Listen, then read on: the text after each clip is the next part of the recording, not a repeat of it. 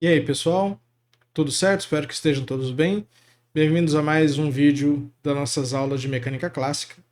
Nesse vídeo nós vamos falar de estados físicos. E vamos mostrar, pelo menos no exemplo do oscilador harmônico unidimensional, como é que os estados físicos estão relacionados às condições iniciais ou aos dados iniciais de um determinado problema. A primeira coisa que a gente tem que debater é o próprio conceito de estado físico em física. E a gente já falou um pouco disso nas primeiras aulas do curso. Nós vamos considerar que o estado físico é um conjunto de medidas de um conjunto de observáveis que descreve completamente um sistema. Então, nós tratamos, por exemplo, lá no início do elétron. O elétron, ele é uma partícula que precisa de 3 números para ser descrito. Ele precisa da massa, da carga elétrica e do spin. Quando eu caracterizo esses 3 números, eu sei que ele é um elétron.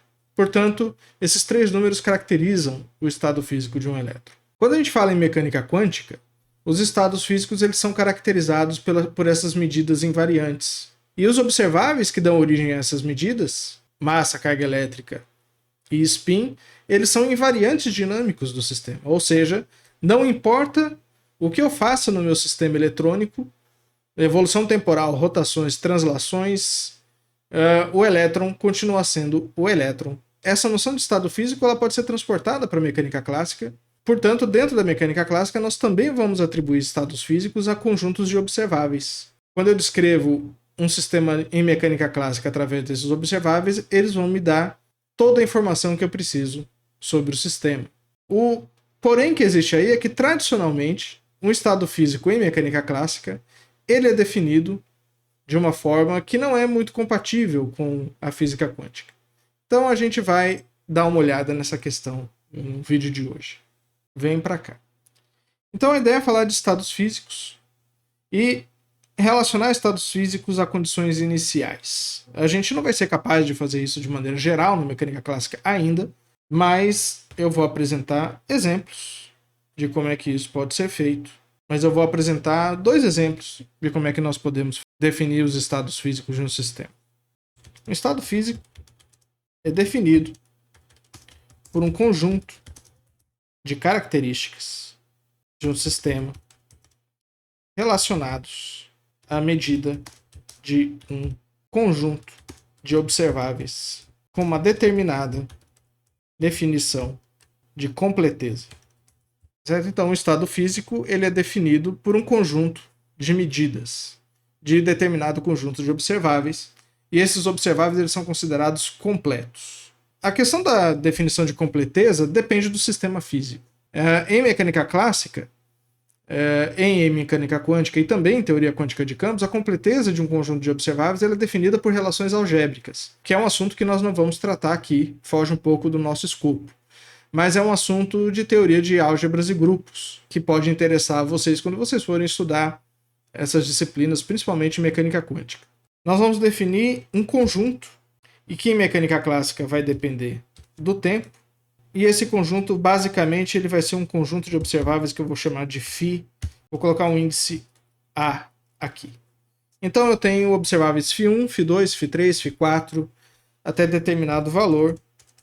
O A aqui vai de 1 até um número n qualquer. Então eu tenho um conjunto de n observáveis que vão me definir as características do sistema, que vão me dizer qual é o estado físico que o sistema se encontra em determinado momento do tempo. Então cada um desses observáveis ele vai depender das variáveis dinâmicas do sistema e implicitamente do tempo. Desde que esses observáveis obedeçam uma determinada relação de completeza, eles podem ser inclusive infinitos, ou seja, o n pode ir para infinito, eu posso ter infinitos observáveis, e eu posso ter observáveis contínuos.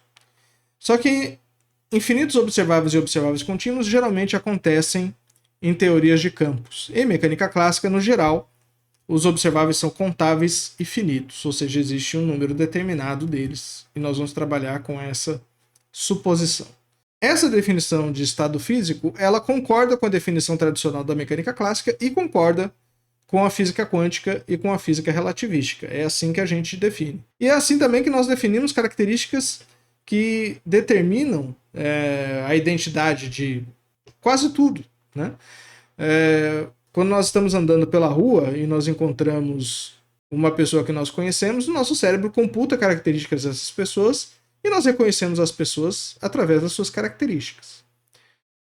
No geral, nós como pessoas somos muito complexos e esse conjunto de características ele provavelmente vai para o infinito, tá certo? Mas para um cérebro reconhecer uma pessoa, ele provavelmente precisa de um conjunto mais limitado, não necessariamente de todas as características que uma pessoa representa. E a grande questão que permanece nesse conjunto de observáveis é que o estado físico ele só pode ser definido por observáveis invariantes, por invariantes temporais e por invariantes de outras simetrias do meu problema. Porque se eu definir um sistema físico através de observáveis que variam com o tempo, eu posso não reconhecer o sistema como o mesmo sistema. Por exemplo, se nós encontrarmos um colega na rua e só prestarmos atenção na característica da cor da pele, ele pode ter tomado um bronzeado no final de semana anterior, e aí nós não vamos reconhecer mais esse colega como o nosso amigo. Portanto, nós precisamos de observáveis que sejam invariantes para reconhecê-lo. É uma analogia que é bobinha, mas ela serve para o nosso propósito. Qual é a forma tradicional de definir estados físicos na mecânica clássica? A forma tradicional como a gente faz isso na mecânica clássica, que foi feita, claro, há muito tempo atrás, é definir a posição e a velocidade em cada instante de tempo. Ou seja, para a mecânica clássica, o conjunto que define o meu estado físico, ele vai ser o seguinte: ele vai ser a posição em coordenadas cartesianas x1 em função do tempo, x2 em função do tempo, x3 em função do tempo, velocidade 1 em função do tempo, velocidade 2 em função do tempo, velocidade 3 em função do tempo. Então, em cada instante de tempo, eu tenho 6 medidas características, e esse aqui define o que é um estado físico de uma partícula em R3. Por quê? Porque uma partícula em R3 ele se move em 3 graus de liberdade, eixo x, eixo y e eixo z. Então, na noção tradicional de estado físico, eu preciso definir a posição e a velocidade em cada instante de tempo. Então, em cada instante de tempo, eu tenho 6 observáveis que me dão o estado físico da partícula. Nessa forma tradicional de definir estados físicos, cada ponto da curva é um estado físico diferente.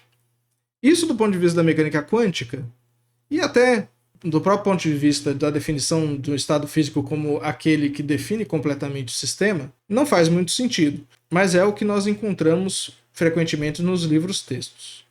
Aqui nós vamos definir uma outra forma, que é através das condições iniciais de determinado problema.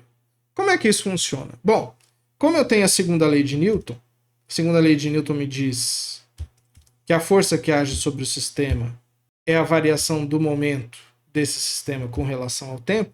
Essa relação aqui me dá um sistema de equações diferenciais, o que eu posso resolver para determinar qual é a curva solução da minha partícula. E, no geral, esses caras aqui são equações diferenciais ordinárias de segunda ordem. São 3 equações diferenciais ordinárias de segunda ordem, lineares de preferência, tá certo? Como a segunda lei de Newton é uma equação linear, eu tenho alguns teoremas. O primeiro teorema é que toda solução geral é composta da combinação linear de 2 soluções linearmente independentes. A outra condição é que eu preciso de 2 condições iniciais para eu determinar uma curva específica do sistema. Se eu não determinar as condições iniciais, a solução da segunda lei de Newton para um sistema genérico, ou para uma partícula genérica, vai ser uma família de curvas. Ou seja, ele vai ser um conjunto de curvas que são todas as curvas possíveis de representar a solução do meu sistema. Vamos ver como é que isso acontece no exemplo do oscilador harmônico simples. Vou colocar aqui um pouco mais para cima. No oscilador harmônico simples, meu potencial é meio de m ômega 2 x2. O oscilador harmônico simples é unidimensional, tá certo? Esse é um exemplo simples.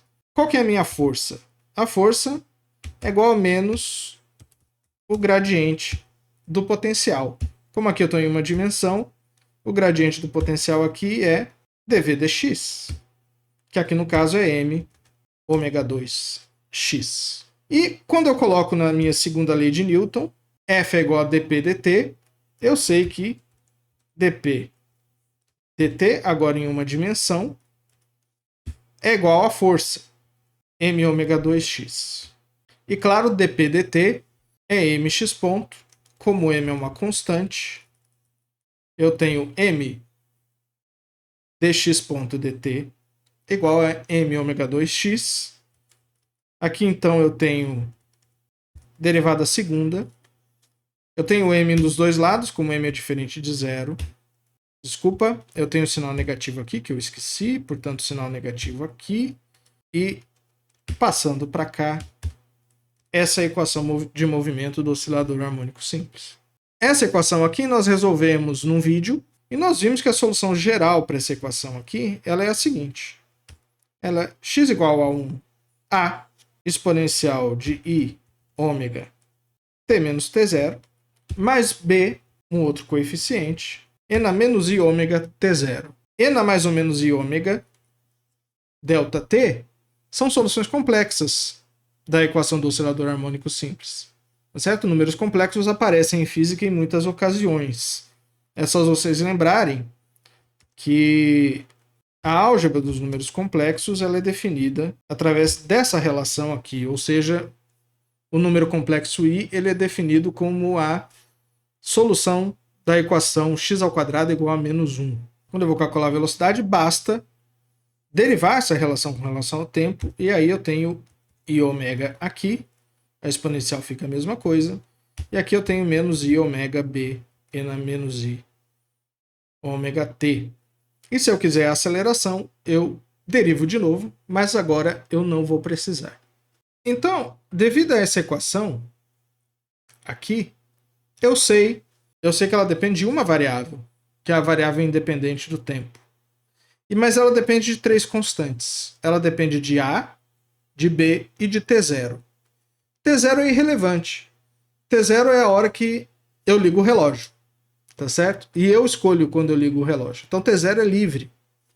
Agora, para cada valor de A e B, eu tenho uma curva diferente. Portanto, para eu selecionar uma solução específica do oscilador harmônico simples, eu preciso escolher valores de A e B específicos. E é fácil de ver que esses valores estão ligados a condições iniciais. Por exemplo, no caso mais simples, nós vamos supor a seguinte condição inicial. O oscilador harmônico simples está relacionado ao sistema massa-mola. Então vamos supor que eu estou no sistema massa-mola. No sistema massa-mola eu tenho uma mola e uma partícula que está presa. Então, como condição inicial, eu vou pegar a partícula e vou estender até um valor máximo de extensão, que eu vou chamar de A, a gente já sabe. Então, na minha condição inicial, o x0, que é definido como x de t0, eu vou dizer que é um valor A constante, que é a extensão completa, né, do oscilador. Ele é a amplitude do oscilador. E, ao mesmo tempo, claro que, se nessa condição inicial eu estou puxando a partícula na posição A, a hora que eu soltar aí, soltar o cronômetro, a velocidade inicial dessa partícula, que é x ponto de t0, vai ser igual a zero. Então, minha condição inicial é extensão máxima, velocidade zero. Aí eu solto. E o movimento começa. Quando eu faço isso, eu pego a equação para x e vou calcular quem é x0. Então, x0 é quando t é igual a t0. Então, venho aqui e substituo t0, t0. t0 menos t0 é 0, e a exponencial de 0 dá sempre 1, aqui dos dois lados. Portanto, minha condição inicial é que A pequeno mais B é igual à amplitude do oscilador. Se eu pegar a equação para a velocidade e calcular a velocidade inicial, x ponto 0, novamente t igual a t0, aqui dá 1, aqui dá 1. Vou tirar o i ômega em evidência, então A menos B. Só que x.0 tem que ser 0. Portanto, aqui, o A é igual a B. Juntando as duas condições, se o A for igual a B e a soma dos dois é igual a A, eu imediatamente tenho que o A é igual a B, que é igual a amplitude dividido por 2. Eu vou colocar assim. E aí, com essas condições iniciais, eu tenho A aqui, tenho meio multiplicando todo mundo. Vou colocar o A em evidência. E aí, de novo, eu tenho a identidade de Euler. E na I ômega delta t mais E na menos I ômega delta t é 2 vezes cosseno de ômega delta t. Então, esse cara aqui é igual a A cosseno de ômega t menos t0. Essa é a solução que a gente está acostumado, tá certo? Com essas condições iniciais. Então, quando eu seleciono A e B, eu seleciono uma solução específica. Aí eu digo o seguinte, que o estado físico do oscilador harmônico simples é definido pelos seguintes valores de A e B. A sobre 2 e A sobre 2. Portanto, ele não é definido por dois valores, ele é definido por um único valor, ou seja, a amplitude, nessas condições iniciais, especificamente, define o estado físico do oscilador. Define o estado físico do oscilador é amplitude. Como a amplitude, nós já vimos, depende da energia, ela é a raiz de 2E sobre M ômega 2, lá no fundo, quem define o estado físico do oscilador harmônico simples, unidimensional, é a energia. Portanto, essa frase aqui eu posso substituir que a energia mecânica define o estado físico do oscilador. No oscilador unidimensional, tem um único observável que define o estado físico do oscilador, que é a energia. E a energia aqui é um invariante. Tá certo? Nós podemos ver que a energia é invariante pelas equações de movimento ou pelo fato de que o sistema é isolado, portanto a energia tem que ser conservada. Cada valor de energia tem um valor diferente, define um estado físico diferente. E, caso vocês se lembrem, o espectro da energia está no seguinte intervalo. A energia vai... Deixa eu colocar aqui. A energia vai de 0 até infinito. Então, o oscilador harmônico simples ele tem infinitos estados físicos, classicamente. E ele é uma variável contínua. Né? Esse subespaço aqui ele pertence ao conjunto dos números reais não negativos. Essa definição do estado físico concorda melhor com a mecânica quântica, é a mesma definição, através de observáveis que definem completamente o sistema, portanto, observáveis que definem completamente a solução do problema, concorda melhor com a física moderna do que a tradicional, que me diria que cada ponto da trajetória do oscilador seria um estado diferente. Na verdade, cada ponto da curva. Agora, vamos resolver esse sistema colocando condições iniciais gerais, em vez de colocar essas condições iniciais específicas aqui. Então eu vou supor o seguinte, em um instante qualquer, que eu vou chamar de t' é igual a t' mais t0. Então, quando t é igual a 0, t' é igual a menos t0. Eu posso ajustar o meu relógio para concordar com esse instante de condições iniciais. Quando isso for válido, vamos ver o que acontece com o x. Minha posição eu vou chamar de x', que é igual a x no tempo t'. No tempo t', t é igual a t' mais t0. E aqui eu também tenho t' mais t0. Certo? O t0 vai embora com t0, mais t0 menos t0 dá 0. Então aqui eu tenho uma exponencial simples dos dois lados. E é igual a i ômega t' e é igual a menos I ômega T'. Ao mesmo tempo, eu vou supor a condição inicial para a velocidade. Então eu vou supor que a minha velocidade inicial é igual a um x ponto linha em T'. E aqui acontece a mesma coisa. Eu vou ter um T', T0 vai embora. E aqui eu tenho um T' e o T0 vai embora. Como é que eu relaciono A e B com x' e x ponto linha, que são as minhas novas condições iniciais? Eu vou fazer o seguinte: x' mais I x ponto linha. Eu vou somar a expressão de cima com I vezes a expressão de baixo. Então aí eu vou ter, olha só que interessante, A e na I ômega T' mais B menos I ômega T' mais I vezes essa expressão aqui, x ponto linha. I vezes I é I ao quadrado, como a gente viu, esse é menos 1.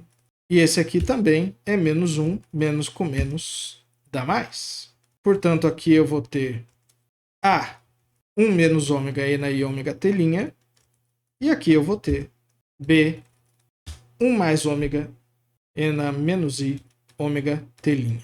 E para a velocidade, agora eu vou montar a expressão x' menos I x ponto linha, que vai ser essa expressão aqui, menos essa expressão aqui de baixo. Com o sinal de menos, vai trocar esse sinal e esse sinal. Essa vai ser a diferença. Então eu resolvo essa equação para A e B. Quando eu resolver essa equação para A e B, dá uma continha, mas o resultado vai ser esse aqui. O A vai ser meio de x' menos I sobre ômega x ponto linha E na menos I ômega T'. E o B, para quem já viu um pouquinho de números complexos, sabe que quando eu pego o número complexo e troco o I por menos I, eu estou falando do complexo conjugado dele. Então, eu vou chamar o B de um nome mais apropriado. Ele é o A estrela. É o complexo conjugado do A. Esses dois caras definem, no caso do oscilador harmônico, A e A estrela, no geral, definem o estado físico a partir das condições iniciais, em analogia com o que a gente fez antes. Essas duas funções aqui, elas são muito interessantes. Vamos supor agora que eu deixo o tempo livre. Ou seja, esse aqui não está valendo só no tempo inicial, ele vale em qualquer tempo. Então, eu vou trabalhar agora com as funções A de t e A estrela de t. Essas funções elas são definidas sem o linha, né? Com o x, e agora o t', ele é geral. T menos T0. Complexo conjugado, claro. Eu venho aqui e o I vira menos I e vou lá. Essas duas funções acontecem de ser constantes de movimento. Como é que eu sei disso? Basta eu calcular a derivada temporal. Quando eu calculo a derivada temporal, eu vou ter dois termos. A derivada desse aqui, a derivada desse termo vezes a exponencial. Então aqui eu vou ter um dot e aqui eu vou ter dois dots, tá certo? E aqui eu tenho a derivada temporal da exponencial. A derivada temporal da exponencial vai me cair um menos i ômega aqui. E a exponencial é mantida. O que eu vou fazer? Vou colocar meio em evidência, a exponencial em evidência. O i ômega entra aqui associativamente, o menos aqui vira mais. Ômega com ômega dá 1. E i vezes i é i ao quadrado, que dá menos 1. Olha só que interessante. A velocidade se cancela. Quando a velocidade se cancela, aqui eu vou tirar um menos i sobre ômega aqui em evidência. Portanto, eu vou ter um menos ômega sobre i aqui. O i com o i vai embora e o ômega vira ômega ao quadrado. E aqui vira mais. Olha só, aqui dentro eu tenho o lado esquerdo da equação de movimento. Está aqui a equação de movimento do oscilador harmônico simples. Como ela é zero, a ponto é zero. Portanto, A A função A é uma constante de movimento.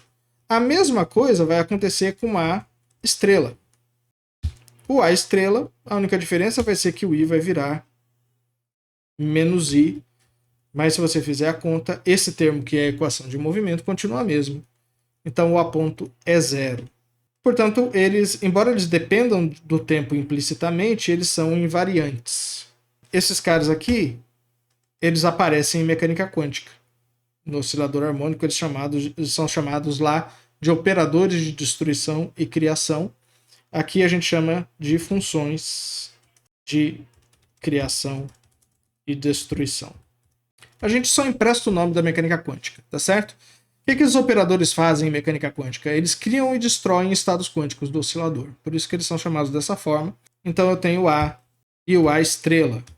E agora vocês podem soltar o tempo. Esses caras aqui, eles vão ter o mesmo valor para qualquer que seja t. Mas vejam bem, essas funções são funções complexas. Então não são observáveis físicos do sistema. Mas ela também está relacionada à energia. Como é que eu relaciono a energia? É só eu fazer o produto de A estrela com A. Quando eu faço esse produto, e o A estrela é assim, eu só multiplico os dois. A ordem aqui não importa, mas em mecânica quântica importa.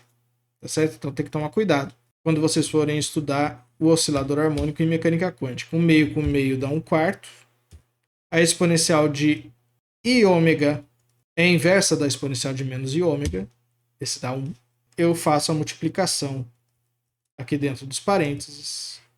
Então eu tenho x ao quadrado menos i x ponto x mais i sobre ômega x ponto x. Perceba que esses dois aqui já dão 0. E aqui menos i com i dá mais 1 sobre ômega ao quadrado x ponto ao quadrado. Com sinal positivo. Esse é o resultado. Vou tirar o 1 sobre ômega ao quadrado em evidência. Então, portanto, aqui eu tenho ômega ao quadrado. Note que a energia é meio de m vezes essa expressão aqui que eu estou fazendo. Portanto, isso aqui é 1 sobre 4 ômega ao quadrado vezes 2 vezes a energia sobre a massa. Então, isso aqui é igual a meio de m ômega ao quadrado. E, portanto, a energia é igual a 2m ômega ao quadrado A estrela A. É muito fácil vocês verem que se vocês fizerem o x0 igual a x' igual a A e x ponto' igual a 0, o A vai ser precisamente A sobre 2 e o B vai ser também A sobre 2, e aí eu caio nesse exemplo anterior aqui.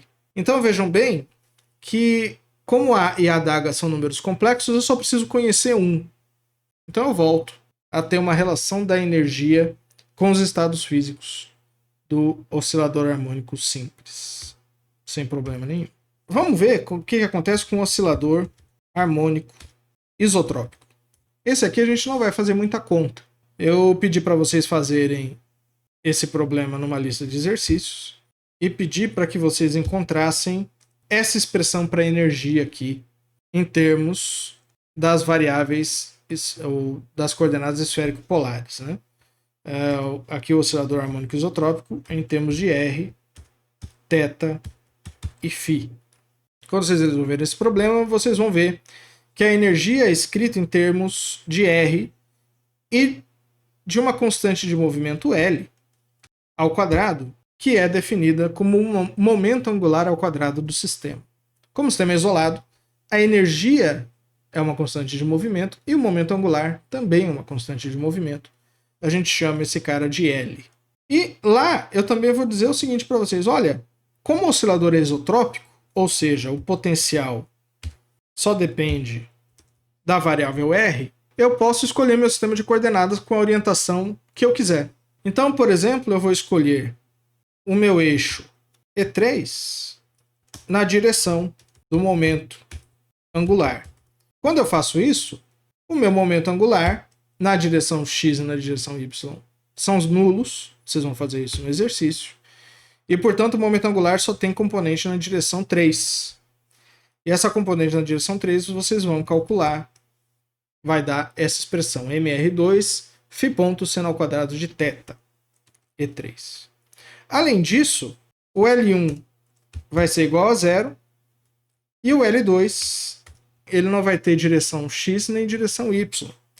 E isso vai implicar em duas condições que vocês também vão calcular. Vocês vão demonstrar que θ ponto é igual a 0 e que θ, obrigatoriamente, é igual a π sobre 2. Tá certo? Essas são as duas condições para que a direção x e y do momento angular sejam 0. Seno de θ, quando θ é π sobre 2, é igual a 1. Então, meu L3 é o módulo do meu momento angular. E vocês podem ver aqui que o momento angular ao quadrado, quando θ ponto é 0 e θ é igual a π sobre 2, vai me dar m2r4 φ ponto ao quadrado, que concorda com essa expressão aqui. O que acontece aqui nessas condições, com θ ponto igual a 0 e θ igual a π sobre 2? Essas duas expressões aqui, que eu vou voltar a copiar aqui embaixo, a gente já sabe que nós vamos caracterizar esses valores como os estados físicos do meu sistema. Então, para caracterizar o estado físico, eu preciso do momento angular e da energia. Agora, por que eu preciso dos dois? Porque para cada valor da energia, eu tenho infinitos valores de momento angular. Porque o L, que é o momento angular, vai de menos infinito a mais infinito. Então, o L2 vai de 0 a infinito. Então, eu tenho o que a gente chama de degenerescência. Para cada valor de energia, eu tenho infinitos estados de momento angular. Então, para definir cada estado, eu preciso definir ambos, a energia e o momento angular. Na verdade, eu preciso do momento angular ao quadrado. Não preciso do momento angular em si. A relação dessas constantes de movimento com as condições iniciais, ela é mais complexa. Então, eu não vou fazer aqui. E não vou exigir que vocês façam, mas é um tema que, no caso mais geral, ela segue em aberto.